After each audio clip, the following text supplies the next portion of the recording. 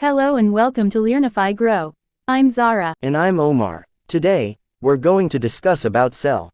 So let's start. Definition. Cell is the basic structural and functional unit of life, which means that cell is such an essential component or part of living organisms that provides structure or foundation and helps organisms to work properly.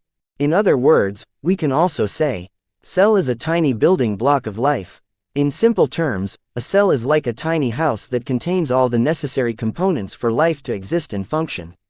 Just as a house has walls, windows and furniture, a cell has its own wall, which is cell membrane or cell wall, furniture, which are organelles in case of cell, and residence DNA and other molecules that work together to keep cell alive and functioning properly. Now, we'll look at the discovery of cell. Anton van Leeuwenhoek. In 1600s, he first saw and described a live cell by using simple microscope. He observed the movements of bacteria, red blood cells and sperm, which he collectively termed as animalcules. This name was later changed to bacterium. Okay guys, now I'll tell you about Robert Hooke. Cell was first observed by Robert Hooke in 1665. In a 1665 publication called Micrographia, Robert Hooke coined the term cell for the box-like structures when he observed while viewing cork tissue through his compound microscope. Note it down. The term cell is derived from Latin word cella, which means small room or compartment. I'll tell you about Matthias Schleiden, who was a great botanist. In 1838, he examined a large number of plants and he observed that all plants are composed of different kinds of cells which form the tissues of the plants. Theodore Schwann, who was a British zoologist.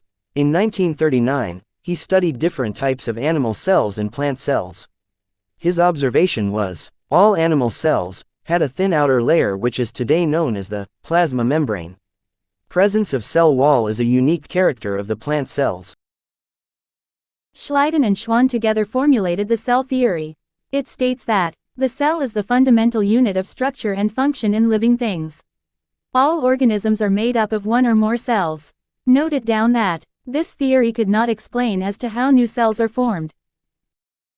Rudolf Virchow, in 1855 first explained that cells divided and new cells are formed from pre-existing cells. He modified the hypothesis of Schleiden and Schwann to give the cell theory a final shape. Keep it in mind that the branch of biology which deals with the study of cells, their formation and structure is called cytology. Next is classification of cell. Cells are classified on the basis of number. Organisms may be unicellular, that are composed of one cell. Examples are bacteria, yeast, protozoa, amoeba, paramecium. Or multicellular organisms, that are composed of two or more cells. Examples are animals, plants and fungi. In the next lecture, we'll discuss about cell structure. Subscribe, like and comment for more lectures.